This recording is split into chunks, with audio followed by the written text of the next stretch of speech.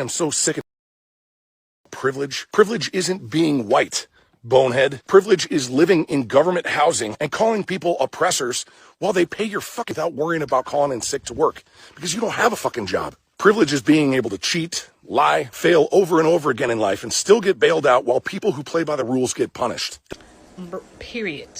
Say it again. I want to hear you say it again. Because, baby, go to the food stamp place right now. There's more white people in that line than black people. What you saying? I need to know, are there certain black people that just don't like us because we're white? Black America, I need for y'all to stand down. Sit down. Don't get up. Don't go nowhere. Don't do nothing. Let these people finish handling their business out here in these streets. Because these people, they are not playing fair and they coming for us anyway. So we need to let them people handle this business of getting their people out the way.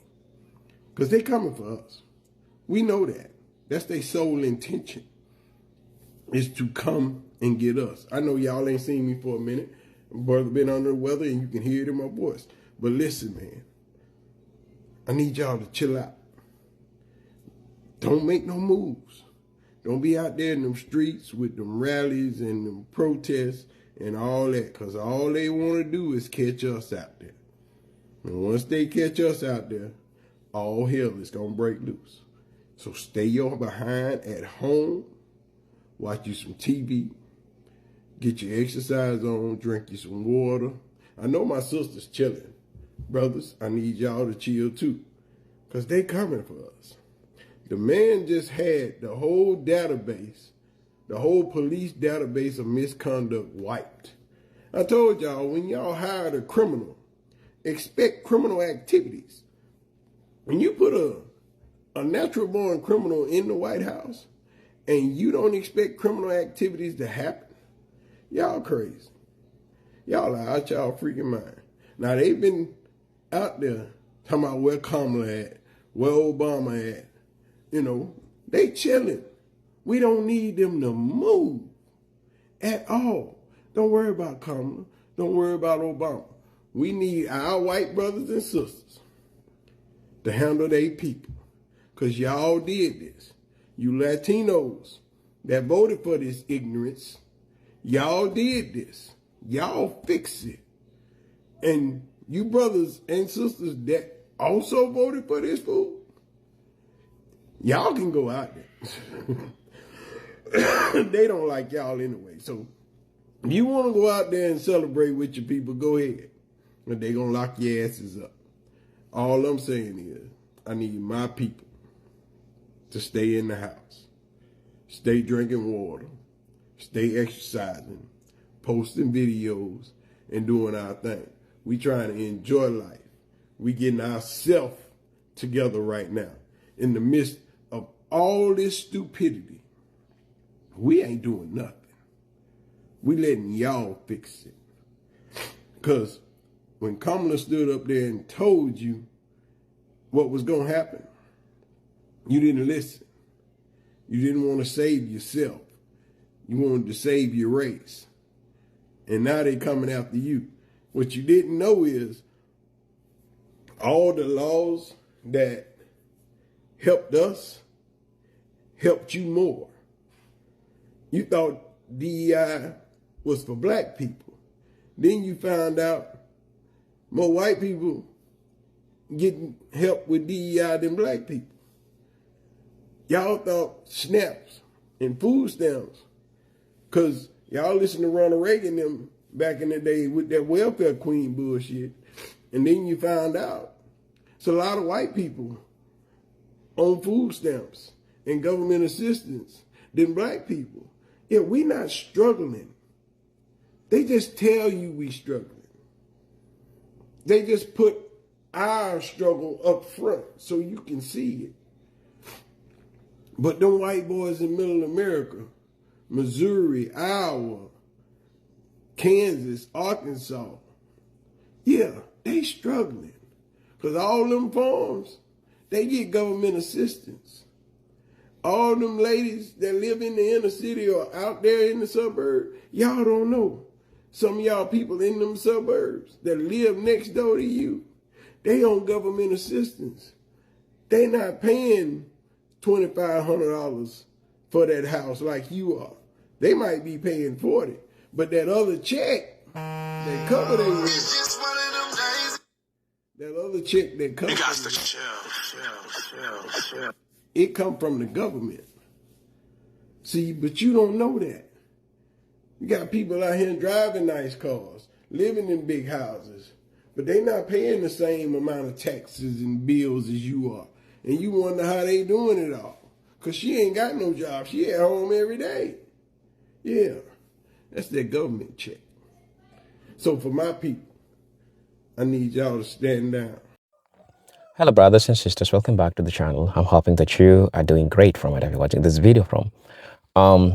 As you know, I'm your host and presenter in G Stories, and I want to talk about something.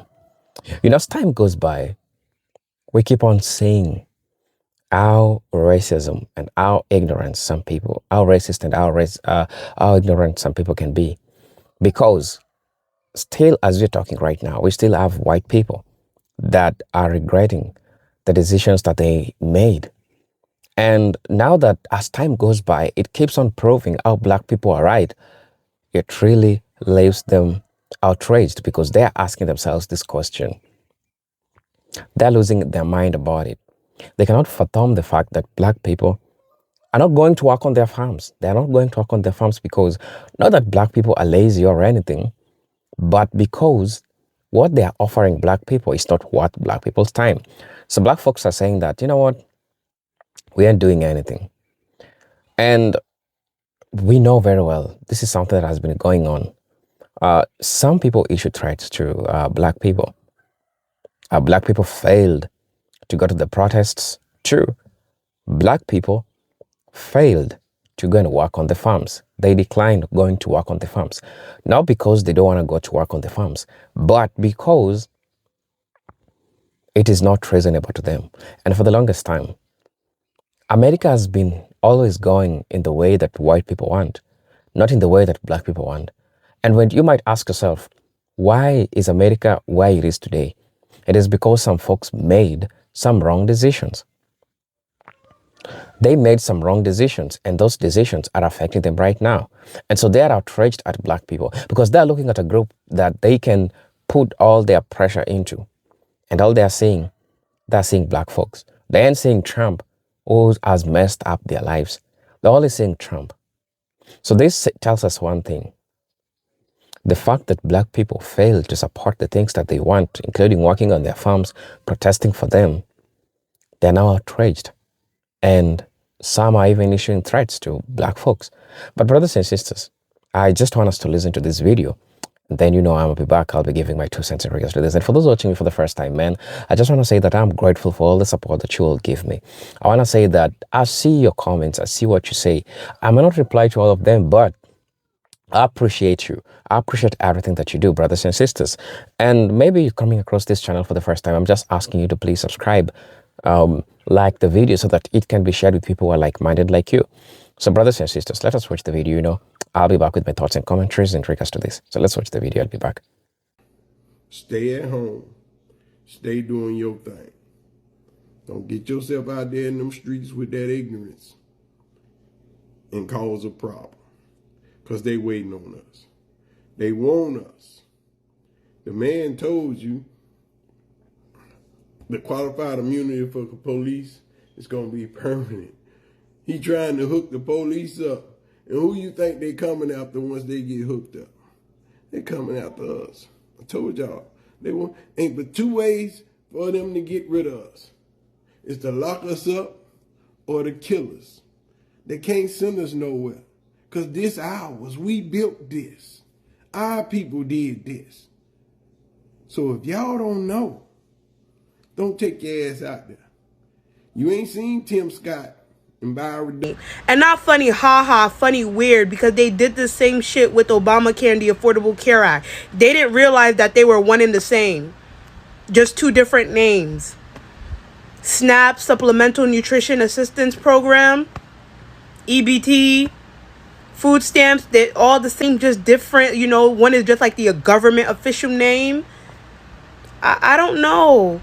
That's the thing about racism and being racist. It's a sickness. It's a disease that's generational, if we're being quite frank. And y'all don't want to heal from it. Y'all don't want to get better because you feel like you can stand on some imaginary pedestal instead of, I don't know, instead of allowing everyone to get benefits that make all of our lives better.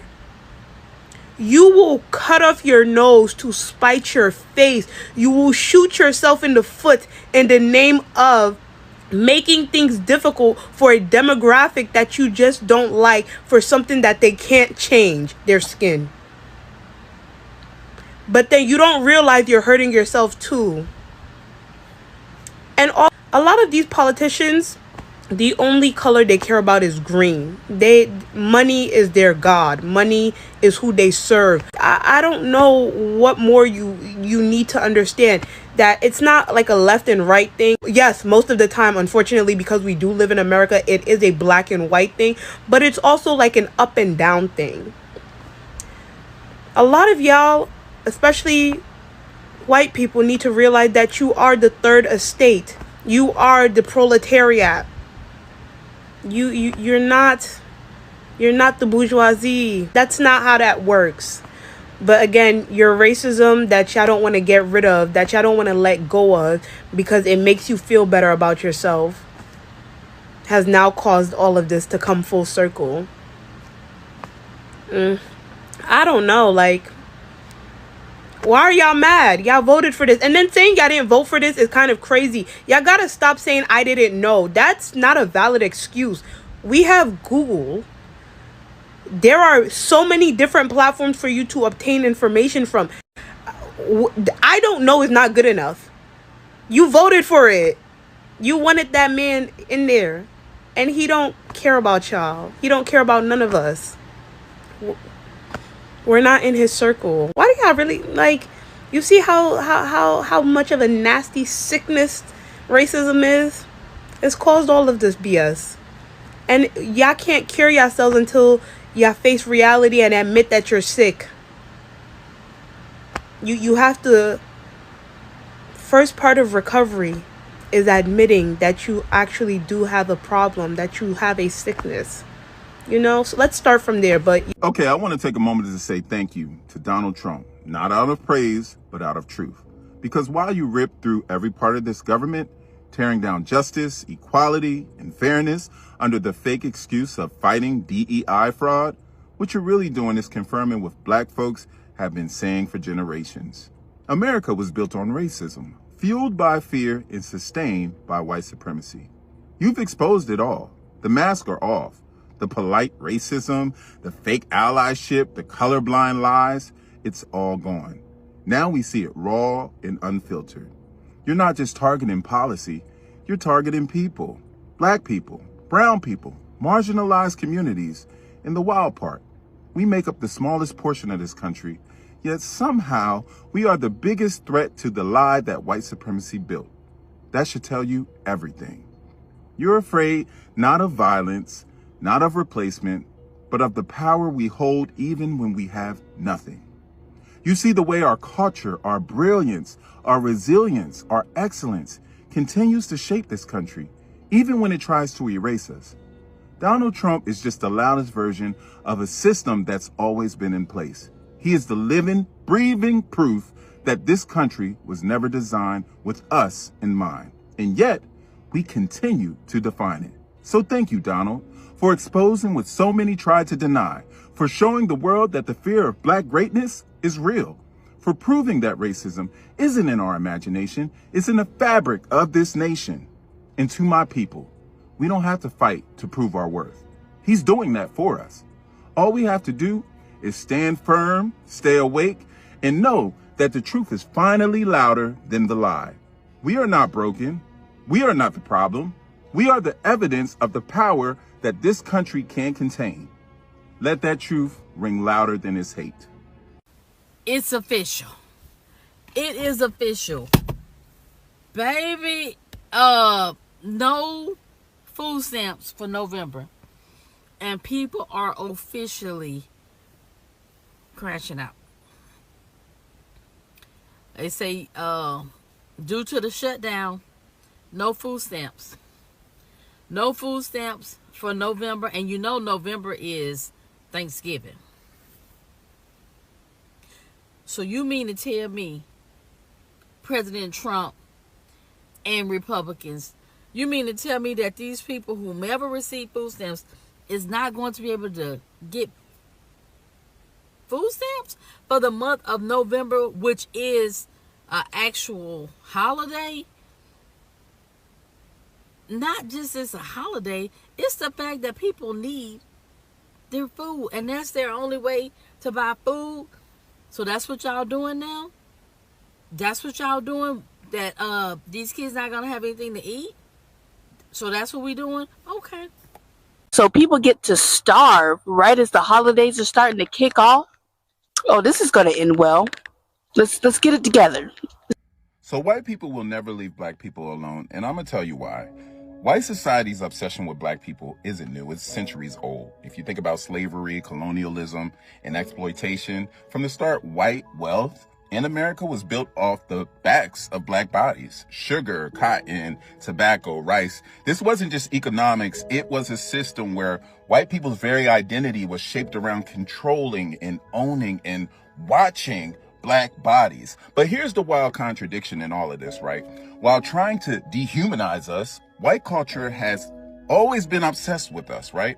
They copied our music, our style, our language, our food, even our rhythm, all while denying us basic rights. Think about jazz and rock and hip hop and fashion, all born out of black genius, only to be taken, watered down, and sold back to the world with a white face on it. So why can't they just stay away? Because in a system that is built both on exploitation and envy, distance is impossible. White supremacy depends on keeping black people in place, close enough to use, control, or imitate, but never free enough to threaten the hierarchy. It's a sick paradox, fear and fascination at the same damn time. On a psychological level, it's projection. White folks will project their guilt, their fear, and their insecurities onto blackness, and then turn around and crave the very life, culture, and resilience they tried to destroy. It's like they want the sauce, but not the struggle. Now, to be real, not every white person acts like this, but the system, the way whiteness has defined itself against blackness, makes it so this obsession keeps resurfacing. Whether it's over policing or culture appropriation or trying to legislate our lives, it always comes back to the old need to dominate mixed with a quiet desire to be what they can't. Hey, my black people, I'm gonna tell you what it is. You see, they putting a stop on food stamps for November, but you ain't seen it like worldwide news. But let it have been mostly black people on food stamps, it'd be breaking news everywhere. But see, now the statistics done came out that show that mostly white people are on government assistance. By me saying that, we can't fight for y'all. Y'all gonna say, oh, we cut the food stamps off. But then they gonna say, what about black people? What you mean, what about black people? By law, Trump done told y'all the benefits that y'all are receiving, it wasn't for migrants. It wasn't for migrants. It wasn't for freed white people. It was for the descendant of slaves. Those benefits was for. But since the government said we're not going to help one particular group, they've been doing it. We're going to say we're going to pass this bill for all people. And since the government made it for all people, because all white people didn't fight through slavery. You feel me? All white people didn't fight through the Jim Crow era. All white people did not fight with the Black Panthers during that time to get those bills passed. So now white people sitting back. I'm going to tell you why white people sitting back, y'all. Because they're waiting for black people to say, oh, yeah, They always wait for us to fight their battles. Don't fight their battles this time. If Trump let that shit cut off, let it get cut off. Because we been struggling. We bologna, oodles and noodles, Vienna winnings, canned sardines, canned tuna. We been eating shit like that since we been young. You feel me? Now I guess we finna go back to that shit. A pot of soup gonna be on the goddamn table with some cornbread, and that's gonna all be it. So we been eating like this forever. So black people, don't be shocked to say the food stamps getting cut off and get us dragged into the shit that they goddamn got going on. Let them fight for them food stamps this time, because we done fought all we can fight with these white people. And now Trump is in office, and Trump trying to line his pockets with any benefit of the government that's helping anybody. Trump cutting it short for a few months. All Trump need is a few months, bro. 1 or 2 months. He pocketing $240 billion, maybe even goddamn $1 trillion or two. You feel me? For that month. Let them have it. Let them have it, bro, because that's the person y'all put in the office.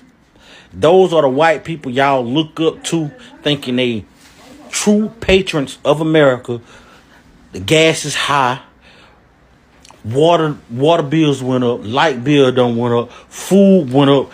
All because of this person right here. You feel me? Well, last year, before he got in the office, the shit was still going up. So both sides, Republican and Democrats, are working amongst each other. Like children. If we put this in a bag, if we put this in a bill, we also want, can we get $40 trillion to build a Moscow, or the police need new police cars, but how can they need new shit and all the old shit that y'all got from the military that y'all didn't use? They give it back to the state. So the police officers is already got military equipment. You feel me? So black people, don't fall into that trap, bro. Let them white people fight for them food stamps. I'm just a white indie author sitting in front of my camera, hoping to find readers that want to hear the white voice. All of my characters in my books are white. I wrote it this way because I have the white voice and I want to spread it. And so that you can learn about white culture and respect white culture. And I think it's really important because the white culture is just crapped on all the time. We hear things like, you don't even have culture, and what is your culture? Just slavery. You know what I'm talking about because you've heard it. You want us to respect not washing your legs and eating unseasoned food? That's what you're mad about? Being black is exhausting, and having to deal with racism is exhausting.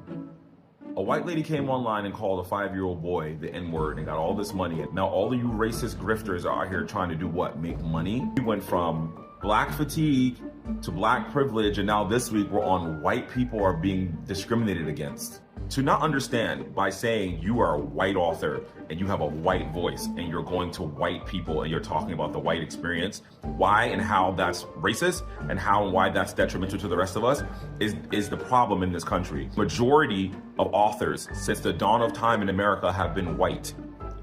Almost half this nation is not white, but almost all of the authors are white. In 2020, the publishing industry entered a moment of moral urgency about the persistent lack of racial and ethnic diversity among employees and authors. The industry is disproportionately white, and the canon of published books from trade publishers is overwhelmingly so. According to one analysis, 95% of American fiction books published between 1950 and 2018 were written by white people. While that analysis looks at a broad sweep of time, more recent figures indicate that both the publishing industry and the books it puts out remain disproportionately white.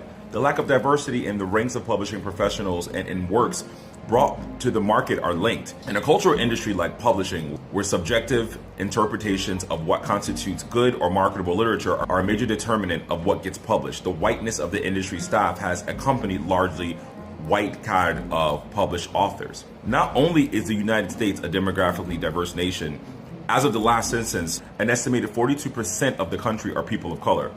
It also boasts a demographically diverse readership. The National Endowment for The Art estimates that approximately a quarter of America's regular adult readers are people of color. So then I think it's safe to say that white people can start asking for support as a white-owned business and a white author with white characters simply because we have been experiencing discrimination in America for years now.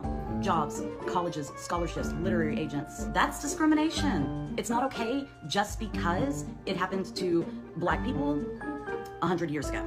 And I'm not even dismissing what they went through, but anybody my age and a little older and younger has not experienced that. Newsflash, me and my cousins are the first people in our families born in America with full rights as humans and as citizens. My mother, who is 60, was not born with full rights in this country. This is their new one. White people are being discriminated against because they've never had to share space. And if black people can say they're looking for black-owned businesses, black-owned barbershops, then I'm gonna say I'm looking for a white-owned business. Newsflash, all the businesses are white. So I'm just going to say what everyone is thinking. I don't care that you're losing your food stamps. I don't care that you're losing your free medical. I don't care that you are losing your free housing. Now y'all are just getting a taste of what every other person is going through. I should not have to pay to feed you and your 9 children. I'll be the selfish one. My kid comes first in my eyes, not you. I'm going to give... My food stamps went from $4,400 in food stamps every month to $38. What am I supposed to get with $38 with 6 kids? We're gonna be eating chili cheese dogs for Thanksgiving if we don't get food stamps this come November. 911 sent help for all of us. I think a lot of people that are posting videos about losing their EBT or SNAP benefits are trying to get everybody else to feel bad. But honestly, all you guys are doing is just demonstrating why we need cuts to these programs, why we need work requirements or community service requirements to receive them, and how many people are really abusing the system. All you're threatening to loot.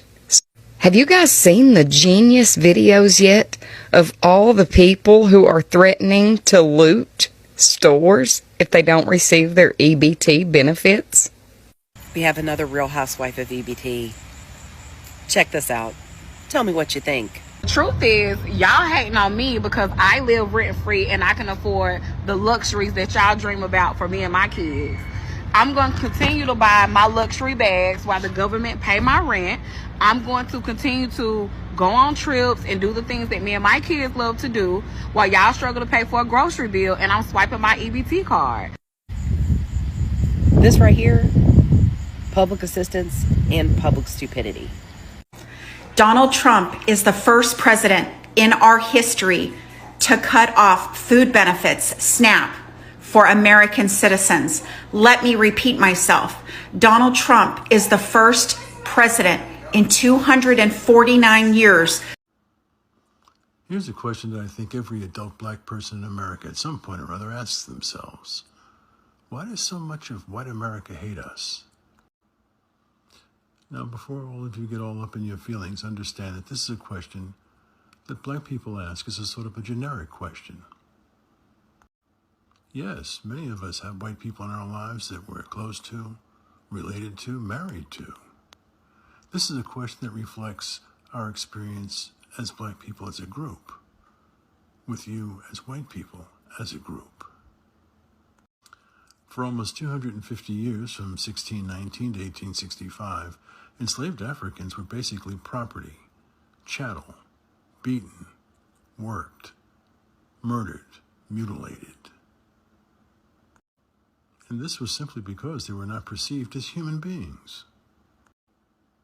For the next 100 years, from 1865 to 1965, we were legally prevented from being fully recognized as citizens in this country. This was done through legal segregation, Jim Crow laws, redlining, discriminatory educational practices, and discriminatory voting laws. I, for one, am fascinated by how white people can contort white privilege into something other than a black burden, because to us, that's all it is.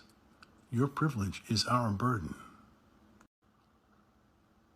Somehow you've convinced yourselves that racism and racists is something that we black people have to overcome, as opposed to something that you, white people, have to stop being and doing. The attack on DEI, diversity, equity, and inclusion is no surprise to us.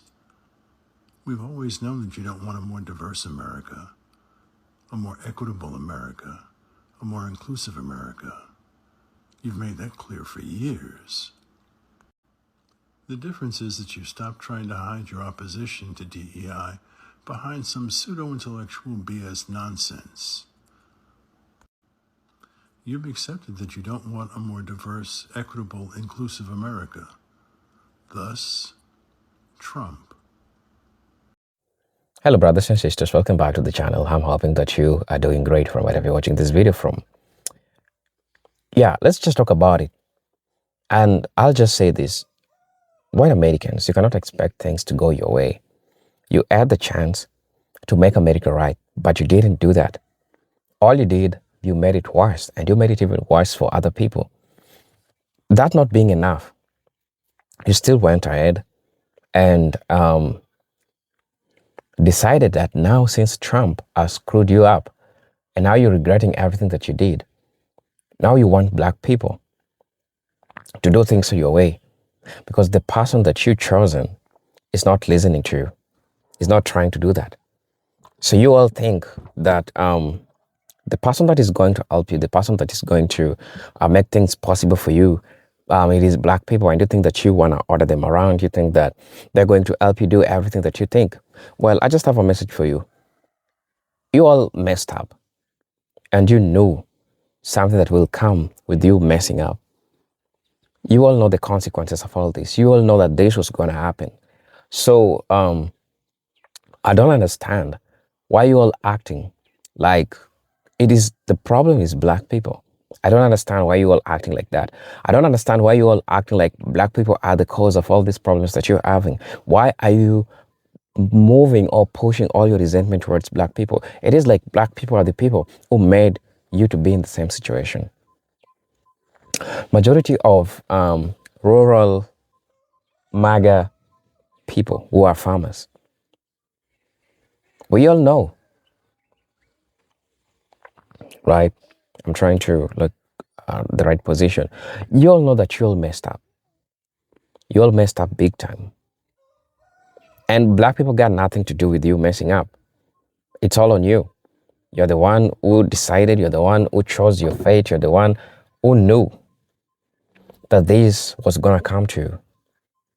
So don't act like you're surprised about all these things going on. Black people had already fight for you. Black people fought for you. And always saying that enough is enough. We ain't doing anything else. Enough is enough, right? Because we tried. Black people tried to warn you. Black people tried to tell you. And we wanted to make it sure to you. We wanted to make it sure to you that black people are not lazy. Black people know their worth, and they ain't gonna come in to work on your farms.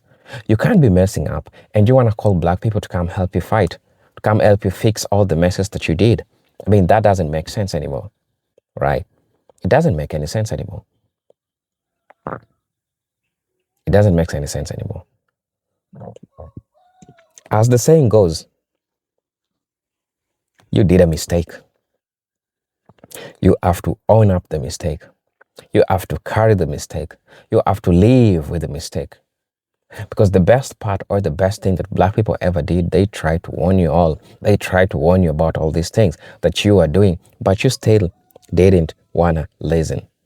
But right now, since everything that you're trying to tell black people, since everything that you try to inform black people, and nobody's listening to you, so what do?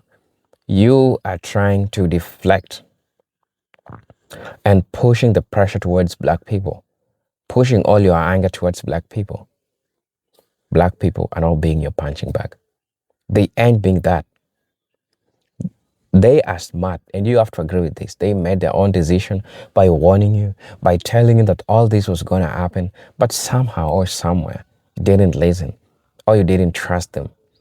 But now you have to live with the consequences. And the consequences are the consequences of their choice, of something that you all chose to do.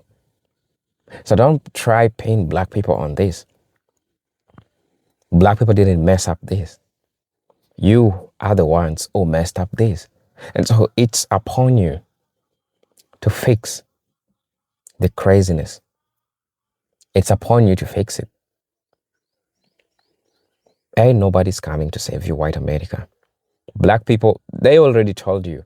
Whether you try issue threats, whether you try be entitled towards black people working on your farm, so having black people do things your own way because black people are not protesting the way you wanted. This is not those periods. Time has changed and things are moving on differently. And for your info, you're not dealing with the same black folks you used to deal with. You are dealing with a different group of black people. So it's not the same. I mean, it's not the same. That's one thing that we have to agree. These are not the same type of black people you used to deal with in the past. There's a group of black people that will tell you they'll fact check you. So, I mean, I really don't know what you'll think about this, but tell me what you think about this in the comment section, right? As you know, I'm your host and presenter Hygienic Stories, but until then, let me see you in my next video. Peace, love, and harmony. Salute.